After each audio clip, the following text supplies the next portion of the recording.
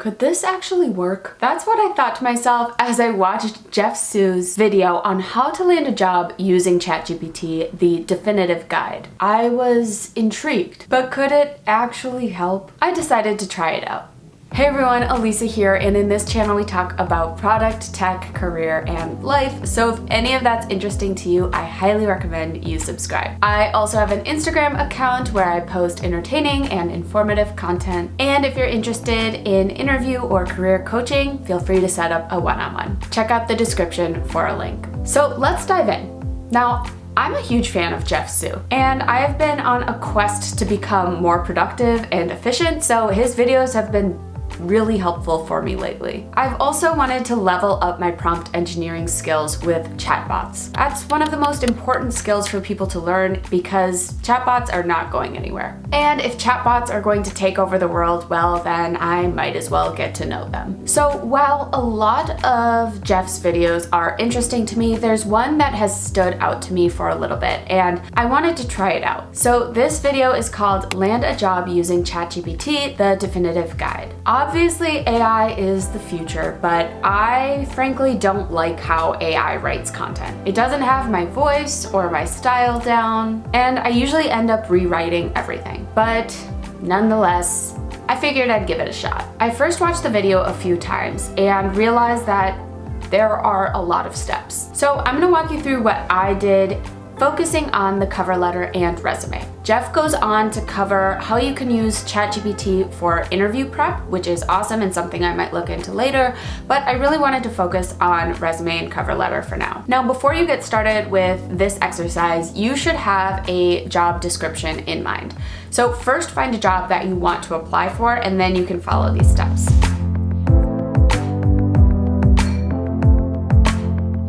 So the very first thing Jeff has you do is figure out the pain points that this job description is hoping a person can solve. So the first prompt into ChatGPT is, based on this description, what is the biggest challenge someone in this position would face day to day?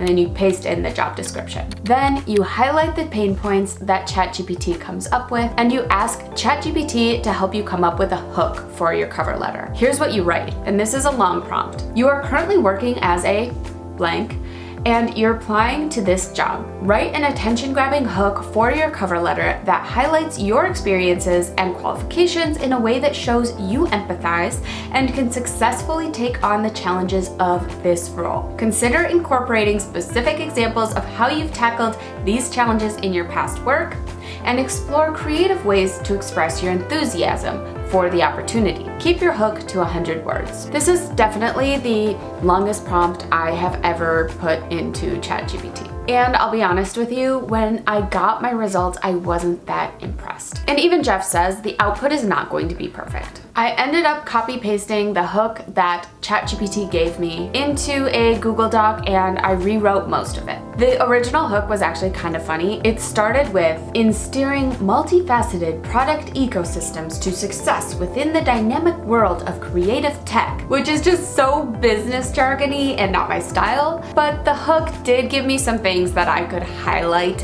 when I was rewriting the hook. So then it was time to move on to step 3, and this is where my brain already started hurting. Like, this is a lot of work and I've only written my hook so far, but I marched on. It was time to write the body of my cover letter.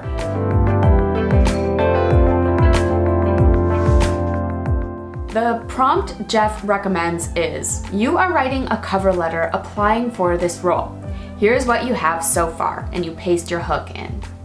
Finish writing the cover letter using my resume, keep it to 250 words. Here is my resume, and you paste in your resume, which was also kind of a pain point because my resume is like in PDF format and I had to format everything, but that's an aside. Now at this point, I got a cover letter body that wasn't that bad, but it was way longer than 250 words, so I don't know where I went wrong there. It also included notes from my past experiences, like all of my past experiences, all the way to my education. And so Jeff recommends you cut out everything except for those relevant experiences, which I totally agree with. So I took the cover letter that ChatGPT gave me, I used my hook, pasted in what ChatGPT wrote in, and then edited what ChatGPT wrote. So at this point, this exercise was helpful because it had me really laser focus on pain points that this job was hoping to solve for, but I was having to do a lot of editing. And there were a lot of steps, and my brain was starting to turn to mush a little bit. But nonetheless, I kept going. So I finished my cover letter. I got it to a pretty good state in my mind. Then it was time to do my resume.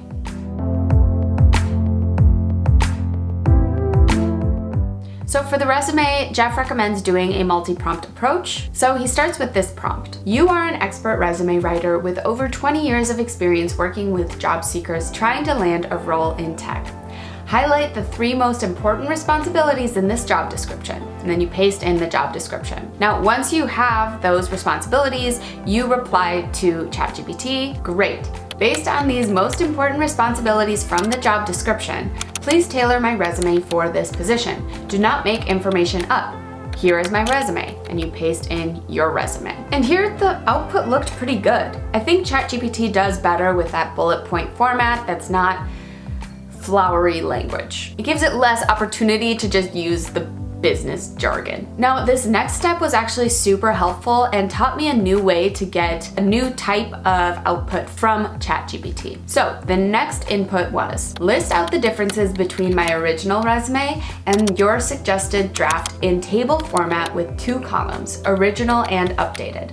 Be specific and list out exactly what was changed down to the exact wording. So I got the results back in table format, and it showed me the original bullets compared to the new bullets, and that was really helpful.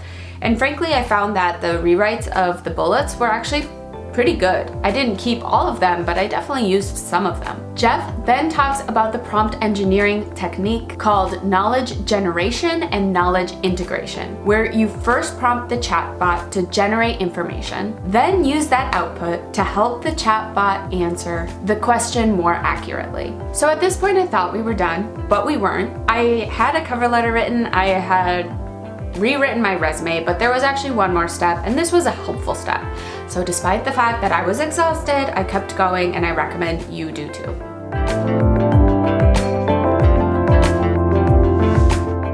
It was time to adjust my bullet points, at least some of them, so that they were more quantifiable. So the next step is to write, you are an expert resume writer with over 20 years experience. Here is a bullet point I have in my resume. No action needed for now. If you understand, please respond with yes. ChatGPT then responded with yes. The next step is to ask ChatGPT to rewrite that bullet, making it quantifiable. So here is the prompt. Rewrite this bullet point using this structure. I accomplished X by the measure Y that resulted in Z. For example, I lowered hospital mortality rate by 10% by educating nurses in new protocols, which translates to 200 lives saved per year. Use compelling language and keep the bullet point within 50 words. Jeff also calls out that this technique is called few-shot prompting, which is where you show the chatbot actual examples to help improve the results. So I followed these steps and was actually pretty impressed with the output. A lot of people have a hard time quantifying some of the things they've done at their jobs. And so using this technique, I was able to come up with different ideas of how to show quantifiable information in a few of my bullet points. So I actually found this step really helpful. It just sparked some ideas on how I could make adjustments. So that was the last step for the resume. At this point, I had my cover letter and I had my resume. So what's my overall take?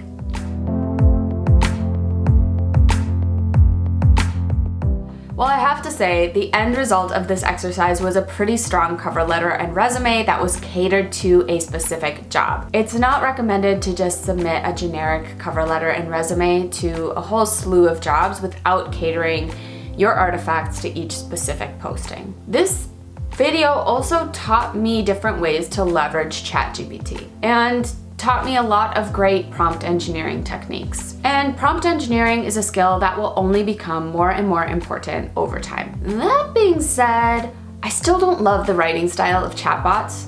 I found that for any paragraph format type content, I still had to rewrite almost everything. It just sounds so business jargony, and I think if I were to submit like the original cover letter that it provided for me, recruiters and hiring managers would immediately know that this was not a human that generated this content. But this technique really helped me find the specific pain points that this job wanted someone to solve for. And it helped me really be critical and think more about the application itself. So there's my full review. It was a really interesting exercise. The end result was really good. I ended up with a good cover letter and resume.